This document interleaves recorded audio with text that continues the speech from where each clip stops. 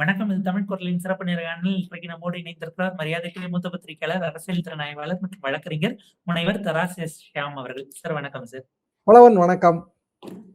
விஜய் அவர்கள் alternate politics கொடுப்பார்னு பார்த்தா alternate டேல லீவ் எடுக்கக்கூடிய ஒரு பாலிட்டிஷியனாக இருக்கிறார். நேற்றைக்கு அவர் கன்னியாகுமரியில நிறைய விஷயங்களை அறிவிச்சிருக்கிறார். ஒரு விஷன், ஊழல் ஒழிப்புக்கு ஒரு குட் கவர்னன்ஸ்க்கான விஷன் பல பட்டியல்களும் விட்டிருக்கிறார். அதுல இனோவேட்டிவா இல்லை, ஏற்கனவே இருக்கக்கூடியது பலதரப்பட்ட விமர்சனங்கள் இருந்தாலும் கூட ஒரு மேனிஃபெஸ்டோவே இன்னும் முடிவு கொடுக்க முடியாத ஒரு இடத்துல இருக்காங்கன்னு பார்க்க வேண்டியிருக்கு. அந்த பாலிசிஸ் எல்லாம் நீங்க எப்படி பாக்குறீங்க?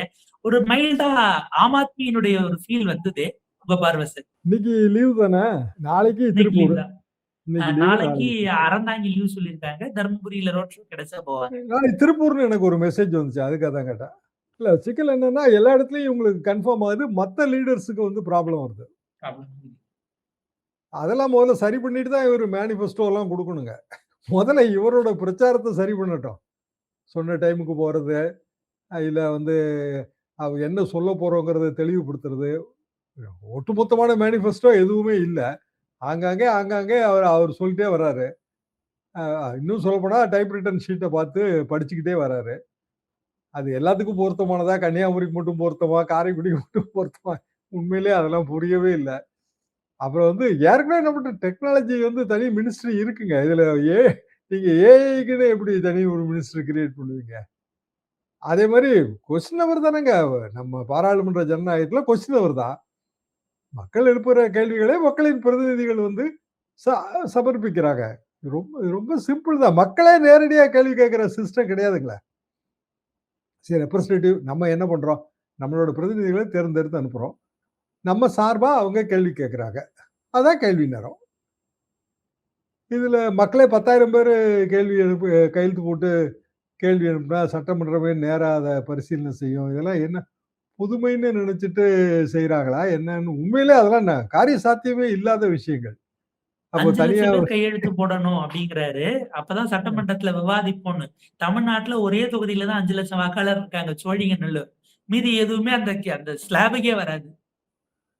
இல்ல, பொதுவாகவே வந்துங்க, நேரடியா மக்கள் சட்டமன்றத்துல கேள்வி எழுப்புவது அப்படிங்கிறது ரெப்ரஸன்டேட்டிவ் டெமோக்ரஸில கிடையாதுன்ற சிஸ்டம். அது கிடையாதுங்களே.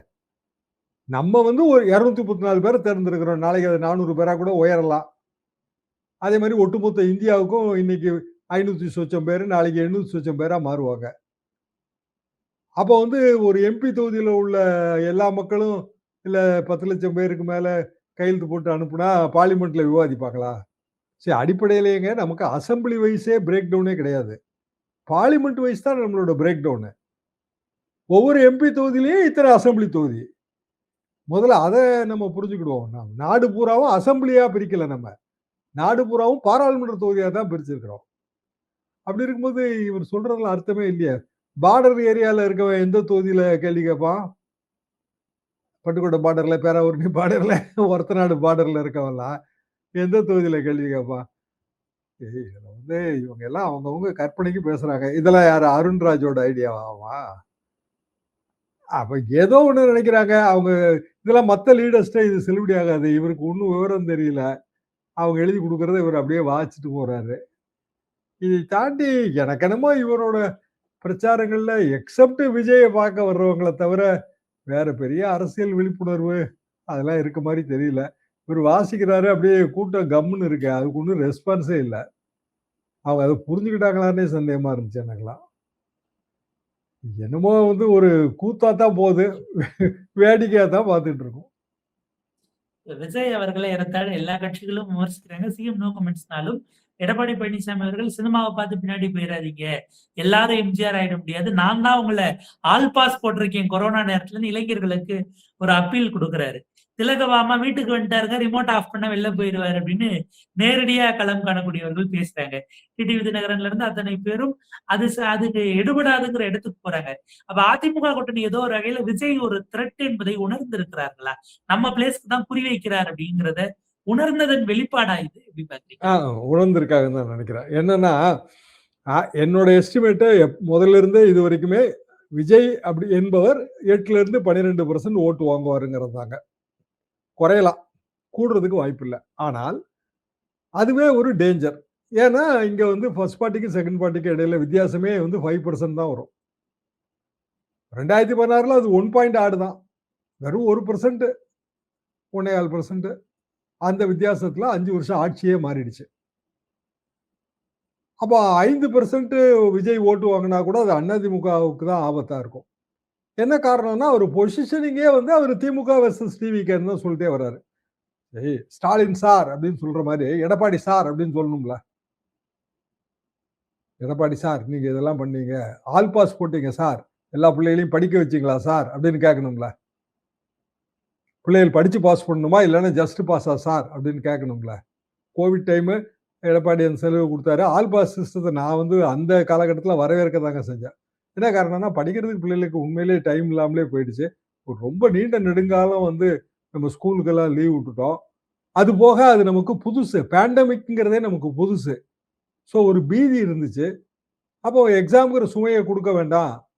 அது சாதனை இல்லைங்க. பிராக்டிக்கலா மக்கள் வந்து வேதனையில இருந்தாங்க. அந்த வேதனைக்கு ஏதோ ஒரு பரிகாரம் நம்ம கொடுத்தோம். எடப்பாடியார் சாதனைன்னு சொல்றதே தப்பு. ஆனா விஜய் கேள்வி எடப்பாடியும் சேர்த்து கேட்கலாம்.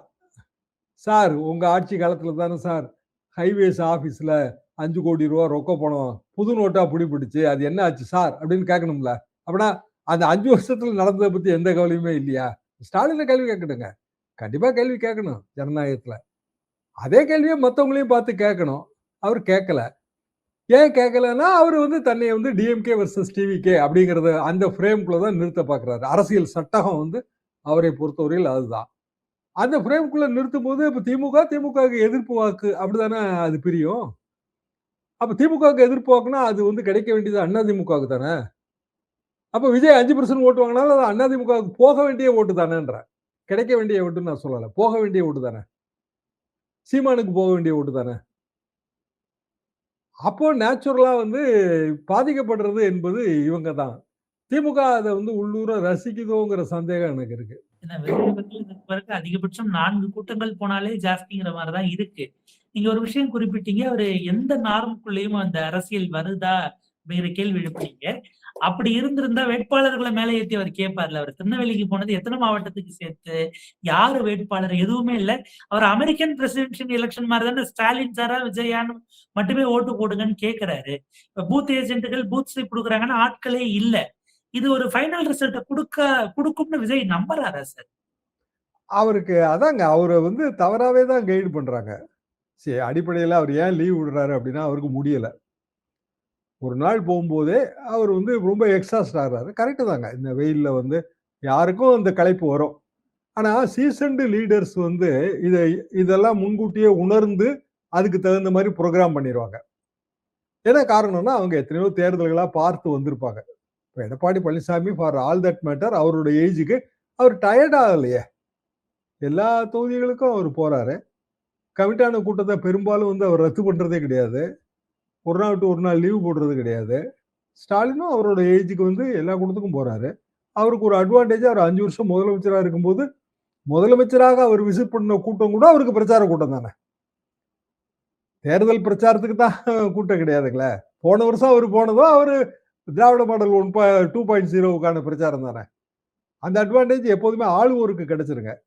எதிர்கட்சி கான்ஸ்டன்டா எஃபோர்ட் பண்ணிட்டே இருக்கணும். எடப்பாடியோட ப்ராப்ளம் என்னங்க, அவர் வந்து ஒரு 4 வருஷம் உட்கட்சி பிரச்சனையை சமாளிக்கிறதுலே நேரம் போயிடுச்சு. அப்போ எல்லா ஊர்லயும் பாத்தீங்கன்னா கட்சியே வந்து பல கூறுகளாக இருந்தது. இப்பதான் ஒரு 6 மாசம் 8 மாசமா தாங்க அந்த கூறுகள்லாம் மறைஞ்சிருக்கு. அப்ப இன்னமும் வந்து அவங்க அந்த எலெக்ஷன் மிஷினரிக்குள்ள சரியா வரலங்க.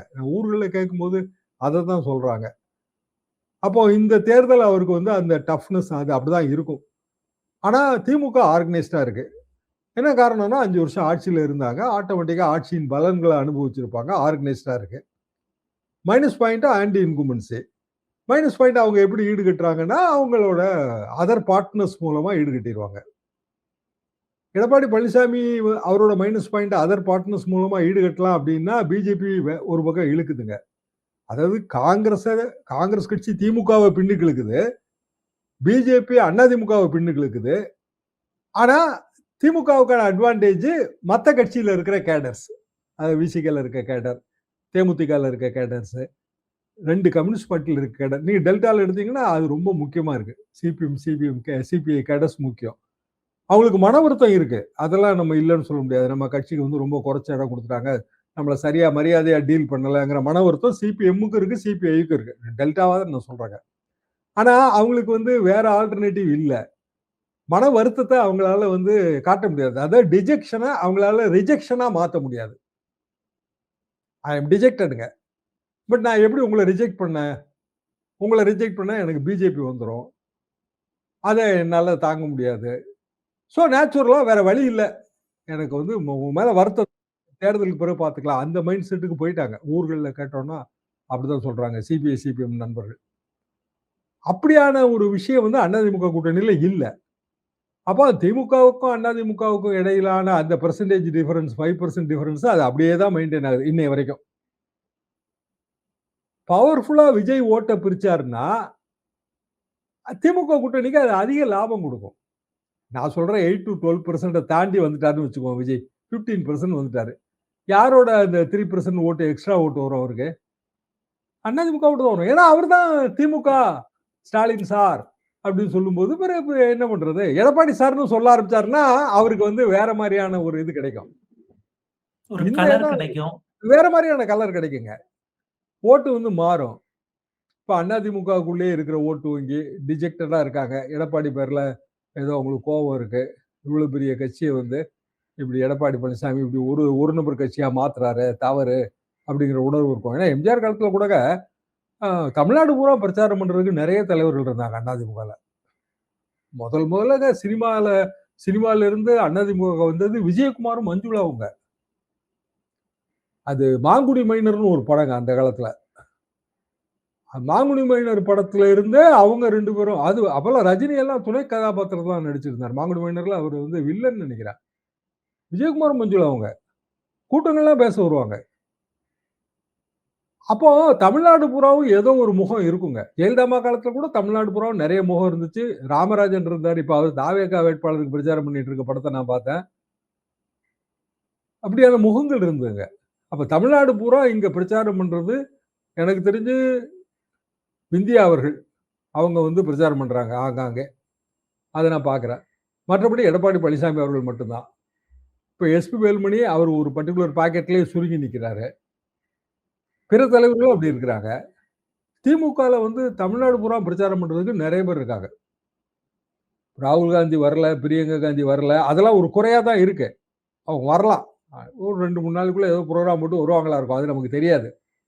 ஆனா அதை ஈடுகட்டுற விதமாக திமுகவில் ஸ்டாலினோ இல்ல உதயநிதியோ இல்ல கூட்டணி கட்சி தலைவர்களோ பிரேமலதாவோ அவங்க அதை ஈடுகட்டுறாங்க. அந்த அந்த ஒரு ஒரு அமைப்பு வந்து அதிமுக கூட்டணிக்கு இல்லை. பிராக்டிக்கல் உண்மை இதுதாங்க. ஒருவேளை இந்த 10 நாள்ல திருத்துவாங்களா இல்லையான்னு எனக்கு தெரியல. விஜய் அணிக்கு அது இல்லவே இல்லை. அதான் அதோட சிக்கல். விஜய் மட்டும்தான் போகவே முடியும். செங்கோட்டையனே தமிழ்நாடு பூரா போயிருக்க வேண்டிய தலைவர் தானுங்க. எவ்வளவு சீனியர், என் செட்டுங்க அவரு. ஆனா அவரு கடைசியில அவரோட தொகுதியில ரெஸ்ட்ரிக்ட் ஆகி போயிட்டு இருக்காரு. இப்போ நீங்க ஒரு தலைவரே வந்து தமிழ்நாடு பூரா டிராவல் பண்றதுல பல சிரமங்கள் இருக்கு. அதுக்குதான் நம்ம வந்து தமிழ்நாடு பூரா தலைமையை வேற ரூபத்துல வளர்க்கிறோம். இங்க வந்து என்னன்னா அப்படியான முயற்சியில விஜய் அணி ஈடுபடவே இல்லை. தாவேகா ஈடுபடவே இல்லை. வெற்றி பெற்றால் விஜய், தோல்வி அடைந்தாலும் விஜய், அப்படி போயிட்டு இருக்காங்க. நான் உங்க விஜய் வரேன்னு தானே அவர் சொல்றாரு. உங்க தாவேகா வருதுன்னு அவர் எந்த காலத்துலயுமே சொல்லலையே. கட்சி அரசியலே அவர் பண்ணலைங்க. அவர் தனி நபர் அரசியல் பண்றாரு, அவ்வளவுதான். இந்த சினிமா நடிகர்களுக்கே ஒரு ஃப்ரேமை ஷேர் பண்றது அப்படிங்கிறதுல இருக்கக்கூடிய ஒரு உளவியல் சிக்கலாகும் அது இருக்கா என்னன்னு தெரியல. அந்த இன்செக்யூரிட்டி கூட. உங்க நேரத்துக்கு பொறுத்தவரைக்கும் மிக நன்றி சார்.